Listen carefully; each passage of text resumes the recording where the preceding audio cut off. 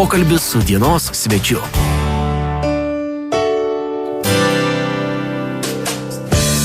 Radio stoties Rezduoterėje prasideda laida Pokalbis su dienos svečiu ir šiandieną pas mus studijoje svečiuojasi grupės Karma nariai. Tai Ieva Vaišnaraitė. Labas, Ieva.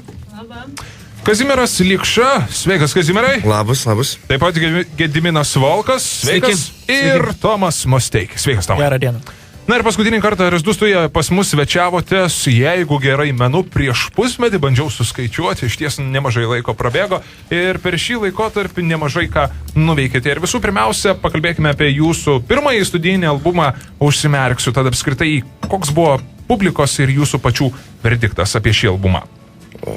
Sunku pasakyti. Man atrodo, kad mes patys tą albumą vertinom pakankamai gerai, nes įdėjom iš tiesų labai daug darbo ir pagal, taip paprastai pasakius, pagal to albumo, kaip sakant, pardavimą? Per pardavimą, manau, kad visai neblogai buvo viskas sureksta. Tai čia taip labai iš vienos pusės. Iš vienos pusės, manau, kad koncertai pavyko irgi visai neblogai. Mes buvom šiek tiek gal net labiau nei patenkinti. Faktas. Bet jeigu šnekant grynai apie albumą, tai irgi viskas maros buvo labai tvarkoje. Ir kodėlgi, užsiminėjai, Gediminai, buvot labiau patenkinti? Kas būtent visą tą sukėlė tokį labai didelį pasitenkinimą? Tas pirmas savaitgalis, kuriuo mes pradėjom koncertinį turą, jis buvo toks šiek tiek sudėtingesnis, nes ten buvo tokie du mažesni miestai. Ir tada viskas, kai mes atvažiavom jau į Šiaulius, tai nuo Šiaulių taip turas smarkiai pasistumėjo, sakyčiau, ir koncertų tokia gale, ir dvasia, ir žmonių kiekių, ir reakcija publikos, ir tai va, Šiauliai buvo toksai atsispirimo taškas, kurioje toliau ir Klaipėda, ir Vilniaus, ir Kauno puikus visiškai. Taigi apkeliavot visą Lietuvą, ar jie? Iš dalies, kažkaip tam tos didžiausius taškus, galima sakyti, ir porą tokių mažesnių. Aha. Ir taip pat keliavote ne tik Lietuvą, keliavote ir už Lietuvos ribų ir buvote nuvykę į Šveicariją. Tad papasakokit, kokią progą ir kam koncertavot? Mes koncertavom Šveicarijos lietuvių bendruomenėje, jie tiesiog kasmet rengia vasario 16 minėjimą, tokį šventę, ir tiesiog tą progą mums pavyko taip, kad mus pakvietė ir tiesiog važiavome jiems padovanoti koncertą. Na ir kaip? Puikiai, aš nežinau, bent jau kol kas, kiek turėjome patirties važiuoti į užsienį koncertuoti, tai iki šiol publika tenais priimdavo labai šiltai, nes dažniausiai tu nuvažiuoji ir tave žino tik tai tie žmonės, kurie tave pakviečia. Žmonės, kurie sueina į koncertus, jie tavęs dažniausiai nežino nei vienos dienos ir tu turi išeiti prieš juos dainuotis pirmą kartą jiems. Ir bent jau kol kas tai kiekvieną kartą pasiduoda labai puikiai. Aš nežinau, gal kažkas Tomas irgi galėtų pasidalinti savo mintimis, galbūt kaip būgnininkas. Nes aš sakau, man tai užsienį visą laiką būna labai smagu koncertuoti tiem lietuviams. Man iš Šveicarijos, kas įstrigo, vienintelis dalykas, kad buvo baisiai šalta. Buvo šaltoka. Sumiradu. Tai iš tikrųjų buvo labai fantastiška ir nesinori lyginti kitų bendruomenių kitose valstybėse, kur teko groti, bet iš tikrųjų Šveicarijoje tai žmonės labai stipriai buvo pasirengę tiek pačiam renginiui, tiek visą techninę pusę, visas įgyvendinimas buvo tikrai labai puikus patyrimas jiems atžvilgiu. Tikrai didžiulis. O galbūt yra taip, kad, tarkime, paimkime šiuo atveju šveicarus, lietuvių šveicarus, ar kaip būtų galima pasakyti, ir galbūt jie per pačius koncertus labiau siaučia, labiau silgia jūsų nei patys lietuviai. Iš esmės, jūs pasakėte tokią mintį, kur vieną kartą, kai man teko pirmą kartą koncertuoti užsienį, tai buvo Vokietijoje, koncertavau Bonos mieste ir po to koncerto aš su vietiniais lietuviais, kurie ten gyvena, man teko kalbėtis ir jie kaip tik tai sako, kad mes čia esame labiau išsilgę to lietuviškos muzikos ir galbūt netgi tos atlikėjai, kurie dainuoja lietuviškai, nes ten tu gali gauti visokių pasirodymų ir garsiausių pasaulio žvaigždžių, bet lietuviškos muzikos labai mažai yra, nebent kiek tu gal klausai per internetą. Todėl iš tiesų tas yra, kad jie kažkaip tai tą muziką, kurią tu atveži, labai šiltai priema. Kiekvieną kartą. Oho, smagu tai girdėti. Pakalbėkime apie kitus labai taip pat smagius dalykus. Būtent Mamo apdovanojimuose buvote įtraukti į metų roko grupės nominaciją. Ir tai dar ne viskas. Tėte apdovanojimuose patekote į metų albumo nominaciją. Ir ar, sakykit, siekit patekti būtent į šias nominacijos, o galbūt ir tikėjotės laimėti? Kaip buvo? Žinot, visą laiką, kai tu įdedi daug darbo, ir jeigu esi jau nominuotas, tu visą laiką toks kažkur tai giliai tavyje yra toksai noras, iš tiesų norėtum laimėti, bet kokiu atveju, kad mes jau ten buvome pastebėti ir mūsų kažkas jau galvoja, kad mes esame galbūt netgi verti laimėti, tai jau yra, manau, pasiekimas ir nežinau, papildykit mane kasos, aš tai kažkaip... Aš pasakysiu šiek tiek ne taip diplomatiškai kaip Kazimieras, aš skaitau, kad mes esame dėkingi ne tai, kad buvome įtraukti į sąrašus, mes esame šiek tiek nusivylę, kad nelaimėjom, nes iš tikrųjų mes skaitome, kad ir bent jau iš publikos reakcijos ir viso kito galim suprasti, kad tikrai produktas buvo vertas to, kam jis buvo nominuotas ir pirmų vietų. Ir, pabūsiu nekuklus, bet mes skaitom, kad mes tikrai buvom nusipelnę tų laimėjimų, kuriems buvom paskirti. Ir tai tebūnėtai akmuoja organizatorių daržą. Prašau. Ir šiaip, aš manau, čia viskas labai, paprasta ir žmogiška, kai tu kažką darai, tu turi, kažkokios vilties ir noro, kad tai bus kažkaip pastebėta ar ne, ir pripažinta, ir kai tu jau praeini tarsi tą pirmą etapą, tu jau esi nominacijai, tu tada jau, pradedi norėti šiek tiek daugiau, atrodo, kad būtų labai natūralu ir smagu ir, dabar nueiti iki galo, Tai, tas toks ir jausmas, kad buvom kažkur tokioj keistoj pusiaukeliai, bet kokiu atveju, tai yra tikrai labai smagu, kad, kažkas įvertina, klauso, pastebi darbus ir... Supratau, o ką ateityje norėtumėt labiau laimėti? Tarkim, metų roko grupės nominacija, o galbūt metų albumo nominacija? Lygiaverčiai. Nes aš manau, kad metų roko grupė, tai ta nominacija kažkaip viską apibendrina, ką tu darytumės, tiek tavo turai, tiek tavo albumai, tiek kaip tu pritrauki žmonės, kaip žmonės tave reaguoja ir tai yra tiesiog plačiai tave įvertina ta nominacija. O metų albumas yra konkretus, už tavo vieną kažkokį tai darbą. Tai nežinau, aš manau, kad kaip kažką tai Gediminas pasakęs, kad visi mėgsta labai pagirimus. Tai o sakykit, dabar buvot apdovanoti ir buvot nominuoti, tai yra išleidot albumą, keliavot į Šveicariją, keliavot po Lietuvą, vėlgi keliaujat po Lietuvą ir kartais nekyla tokia kortelė aukščiau, dabar galvot, mes karma, mes čia buvom čia nominuoti, dabar jau nebekeliausim koncertuoti kur nors iš Šiaulius ar dar panašiai, kur kortelė nekyla. Žinokit, tokio dalyko nėra, nes aš galvoju, ta prasme, kad ką tu būtum pasiekęs, kas tu esi, tasme, tu negali sustoti viename taške, kur tu galvoji, kad tu padarai viską, nes jeigu tu taip galvoji, tada viskas, tavo karjera baigta, tu nieko nebegali daryti, nes tu užsifiksavai ties tuo momentu ir manau geriausia galvoti apie tai, kad tu padarai kažką, tai ir viskas, ir rytoj laukia nauja diena, nauja pradžia, kur tu esi vėl iš naujo pradėti ir tasme, koncertuoti, tai būtų, nustoti koncertuoti tik šiame mieste, tai būtų, manau, beprasmiška, nes tik tai koncertų metu tu renki publiką, nes tenais pamato, kokia yra grupė. Aišku. Kągi, ačiū jums, mielieji, o dabar būtent visiems mums Kazimieras ir visa karma, kągi, padainuosit. Iš tiesų, tai čia dar bus ir Gediminas. Ir Gediminas, taip. Debiutas iš tiesų. O, debiutas, gerai, pasiklausykime.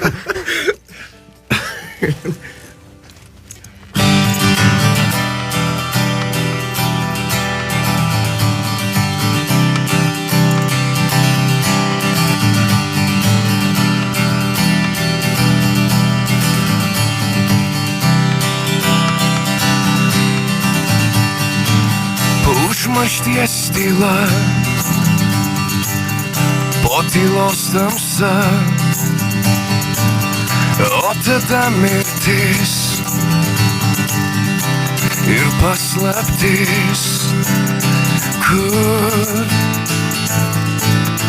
rasiu save, užmerkęs akis. Ar prisimeni visas naktis, visas viltis, kol laukiau, kad rytas neateis, neateis, neateis.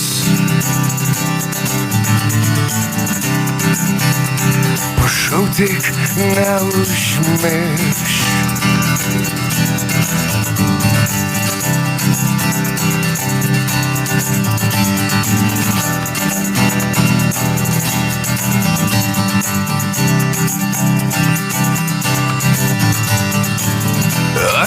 pamirsiu tada, kai pamiršiu tave. Ir kai naktis liks užmaršty, aš numirsiu tada, kai pamiršiu tave. O, ir kai naktis liks užmaršty, ir kur rasiu save, užmerkęs akis. Ar prisimeni visas naktis,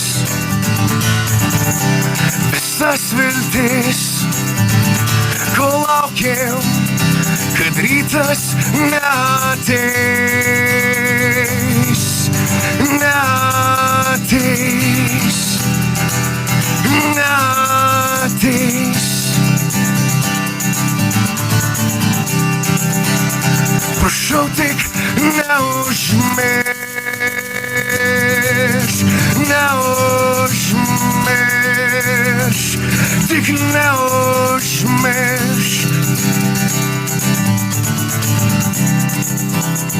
Prašau tik neužmiršk.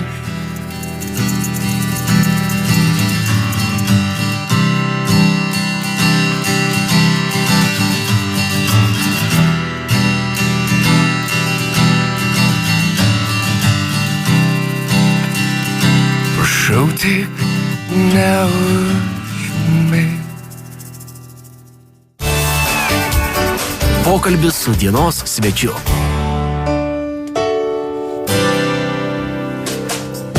Toliau tęsime pokalbį su šios dienos svečiais. Primenu, kad pas mus svečiuojasi Karma ir pakalbėkime apie jūsų naująjį pavasario turą po Lietuvą, kuris keliauja ir su nauju kūriniu Atspindžių karta, kuris apskritai buvo žiniasklaidoje ir pačių klausytojų vertintas tikrai neblogai. Tad ką pasakoja šis kūrinys? Kūrinys pasakoja istoriją apie tiesiog žmonės, kurie mėgsta kartais susidaryti savyje ir vis tiesiog gyventi savo problemomis visą laiką. Ir tokiu būdu jie kartais susidaro ir nepamato, kad būtent tas pasaulis, kuris yra aplink juos, yra tai, ko jiems reikia. Nes jie visur, kur tik eina, jie žiūri tik tai save, ieško savo atspindžių, kurie galėtų save pamatyti, bet nepamato tos didžiosios nuotraukos už jų. Ir tokiu būdu jie užsidaro rate ir tiesiog neieško nieko daugiau. Ir būtent, kada įrašinėjote šią dainą, studijoje sukūrėte tokį, kaip ir galima sakyti, ar vaizdo klipą, ar kaip jį pavadinti, ar tai tiesiog buvo viso proceso vaizdinys, kaip viskas vyko? Aš neatsimenu, kada tiksime čia prieš turą. Turas prasidėjo, aš dabar datos ir pasikydęs esu visai, bet kažkur tai, tarkim, prieš mėnesį mes jį kažkur tai nufilmavome ir rašėme tą dainą gyvai. Čia buvo toksai mūsų bandymas, pirmasis, kada norėjome tiesiog tokį kaip vos ne repeticijos pobūdžio klipą įrašyti. Tasme, kaip mes repetuojame, tasme, kad tai yra viskas gyvai įrašyta vienu metu ir to pačiu nufilmuotas tam tikras vaizdas. O kalbant apie pačius klipus, planuojat jų paleisti, išleisti? Aš manau, kad ateityje mes tikrai turime viziją turėti bent jau vieną tikrai normalų vaizdo klipą, bet manau, čia tiesiog laiko klausimas, kada jis toksai atsiras. Bijau žadėti, kada tai būtų, bet manau, kad tikrai su laiku bus. Aišku. Ir pats Kazimierai buvo užsiminęs, kad koncertų metu Karma užsimins, link kur krypsta naujoji grupės kūryba. Labai įdomus dalykas, tad link kur viskas krypsta, ar apskritai gali būti, kad kažkaip Karma pakis? Nežinau, ar aš buvau tiksliai taip pasakęs, kad kur pamatys, kad kur ta kūryba krypsta. Buvau. Taip. Matai kaip. Bet, tiesiog aš bent jau iš tų, mes per šituose koncertuose pristatome 3 visiškai negirdėtas dainas visiems, kur viena iš jų yra Atspindžių karta. Ir aš manau, kad klausytojai tikrai galės pamatyti, kad bent jau šitie 3 nauji gabalai yra visai kitokios skambesio, negu yra įpratę girdėti grupė Karma. O koks tas kitoks skambesys apskritai, kaip jį būtų galima apibrėžti?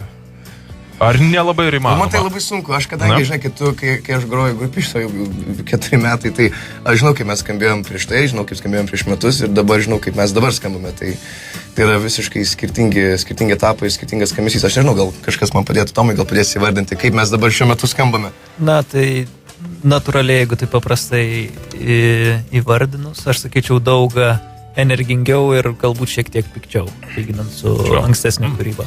Nepabijokim to žodžio, griežtesnė muzika. Prašau. Girdėti, Gedimino žodį. Rokelio.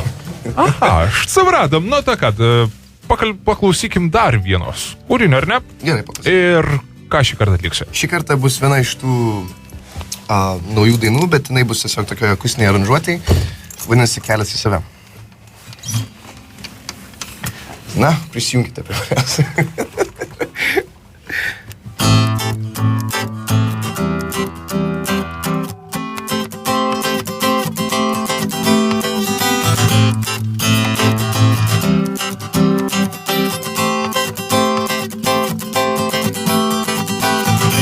Ir kaip pradėti nuo pradžios. O gal nėra dar pabaigos? Net kai išmestas už borto ir nieks negirdi pagalbos šauksmo, bet aš truputį pavargau. Lipti kalno viršūnėn, deguonies ten vis mažiau. Ar užteks jo mums visiems? Bet maldauju, nenorėjau.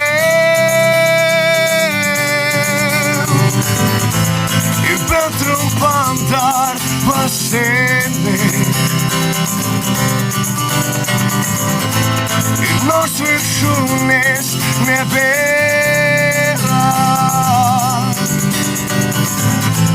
tai amžinas kelias į save.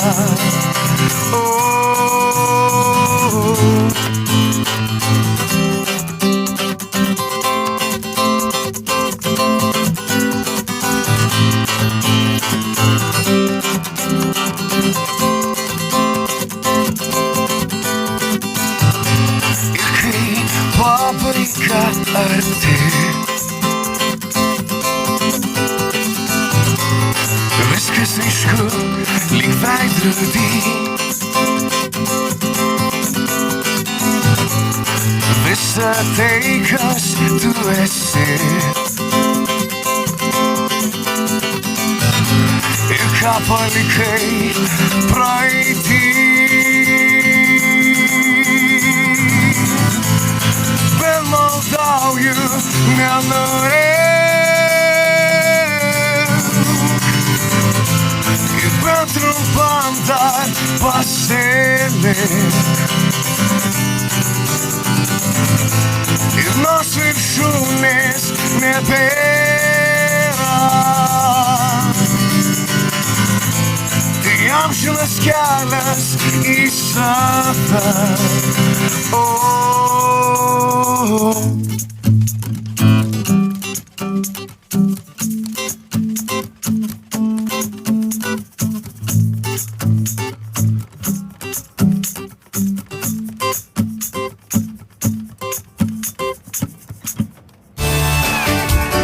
Pokalbis su dienos svečiu.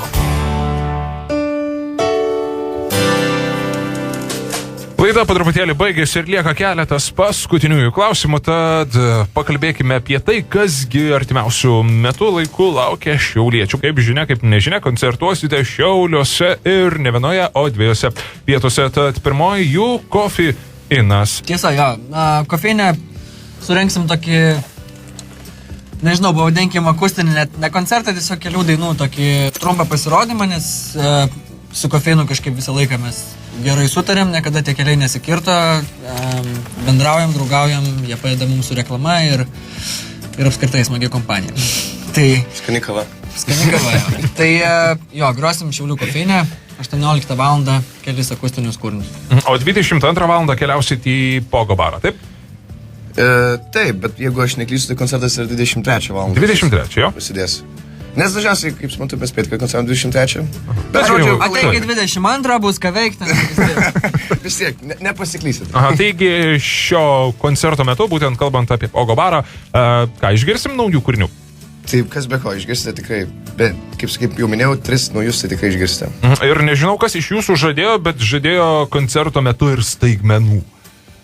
Va, kaip ten bus? Nežinau, Ieva gal smuiką mes į publiką po koncerto, ar būgnai skraidys, kas ten bus? Būgnai visada skraido. Skraido, jo. Tiksliau, būgnininkas. Ne, iš tiesų, tai didžiausias staigmena koncertų metu yra, jeigu kas nors stebi, nes man tai aš visą laiką tą malonumą pražiausiu, kadangi nematau, kadangi esu nusisukęs nuo jo, bet didžiausias būna staigmena, kokia mimika šį kartą padarys Tomas grodamas būgnais. Nes dažniausiai aš tik taip nuotraukose tai pamatau.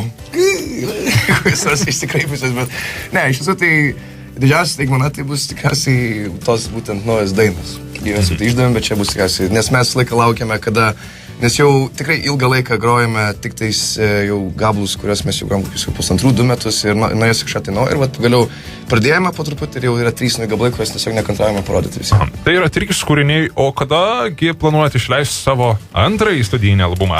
Tokių planų, manau, sukasi galvoje, ar ne? Kas be ko, kad sukasi, bet aš žinokit jau po paskutinio albumo aš tiesiog pasimokiau, kad nereikia žadėti datų, tiesiog pasakysiu tiek, kad tas albumas tikrai bus. Ateityje tikrai bus ir mes po truputį ties tuo dirbsime.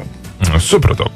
Na kągi, ir tradiciškai palinkėjimas, kvietimas ir visa kas kita visiems. Tad pradėkime nuo Ievos, nes matau labai akytėm blizgina ir nori kažką visiems pasakyti. Ieva? Taigi, palinkėčiau ateiti į mūsų koncertą. Taip.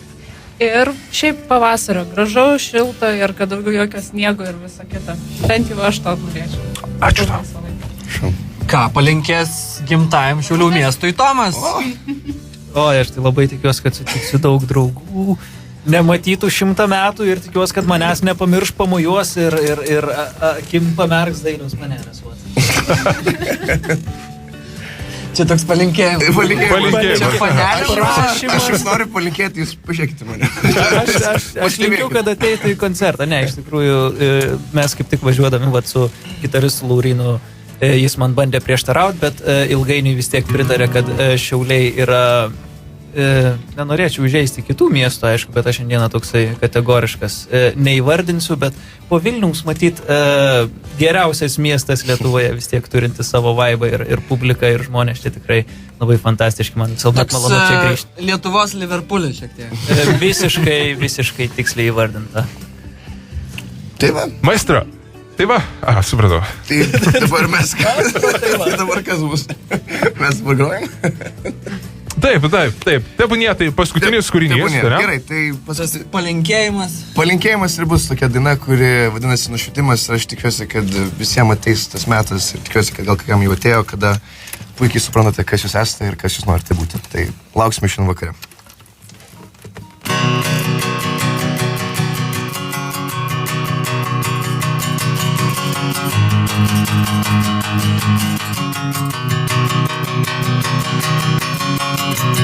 Jei rytojus diena taip ir neateis,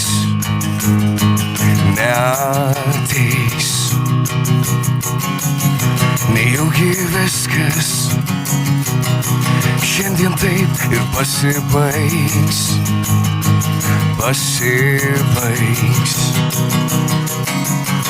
Kai mano darbai aplenkė žodžius,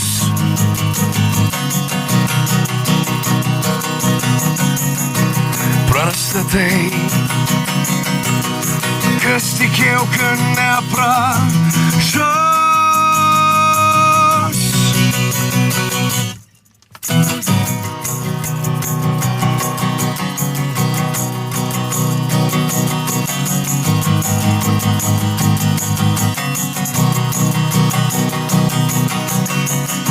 Ir dar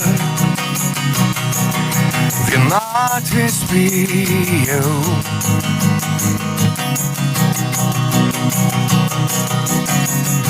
Ir kartais man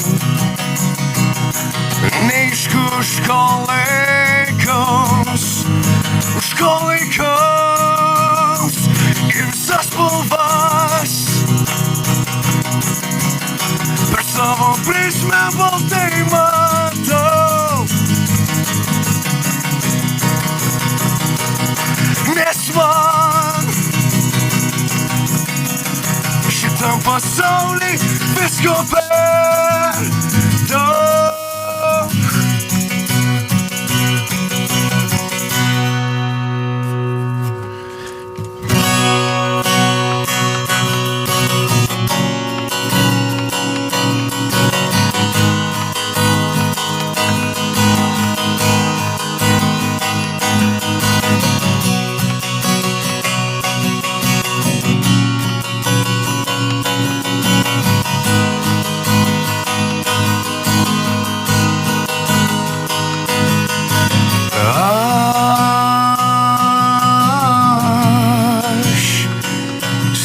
Žaizdas draskau.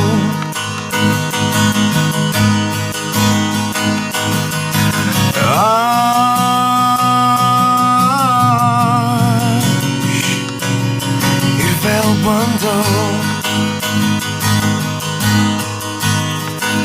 savo širdį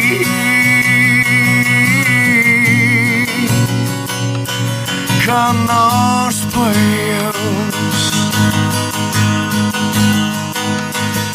Nes aš taip ilgai aklas buvau.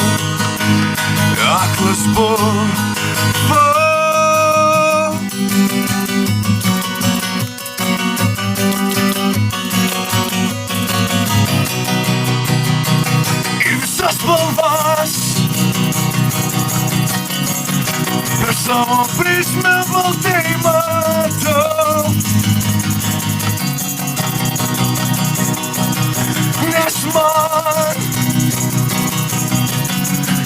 šitam pasauly visko per daug.